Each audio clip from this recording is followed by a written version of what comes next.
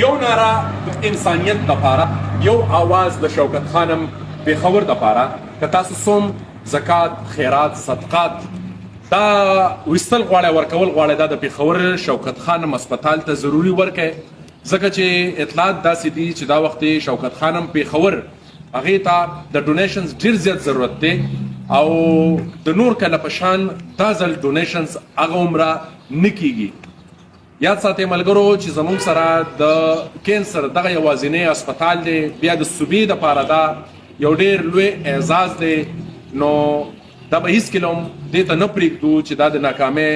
اړخ ته لاړ شي او دغلته کې چې څوک علاج ترلاسه کوي د هغوی ژوند نور په خطره کې پاتې شي. دا د انسانیت پیغام دی، دا در سره وړاندې هم شریک کې که په وطن کې دي که د دنیا په کم ګوټ کې هم دي او دا پیغام ګوري، نو هغوی ته ووایو چې شوکت خانم یوه معتبره بشر دوسته اداره ده، نو دغه بشر دوسته اداره تاسو ورسره آنلاین دغه خپل ډونیشنز کولی شئ او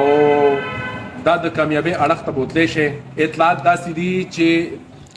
دوی زیاتره چې کوم ډونیشنز وغیره یا کم ضرورت دي دا د لاهور نه راغواړي، نو ملک اسیم چې دی په سخت وخت کې دی او ما ته ښکاري داسې چې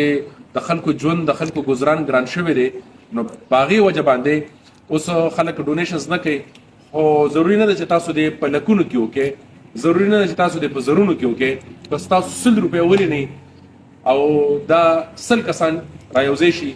نو د قطرې قطرې نه لوی سمندر جوړیږي. دا د انسانیت پیغام دا انتهایی زیات اهم، دا د شوکت خانم پېښور دپاره کوشش وکړئ چې خامخا څه نه څه برخه دا شریکه کړئ. خیر دی دا ځل اختر لا 3 جوړې مه کوئ، 2 وکړئ، خیر دی دا ځل 2 جوړې مه کوئ، 1 جوړه وکړئ، خیر دی دا ځل زړه جوړه واچوئ، دغه 1 جوړه مه کوئ، خو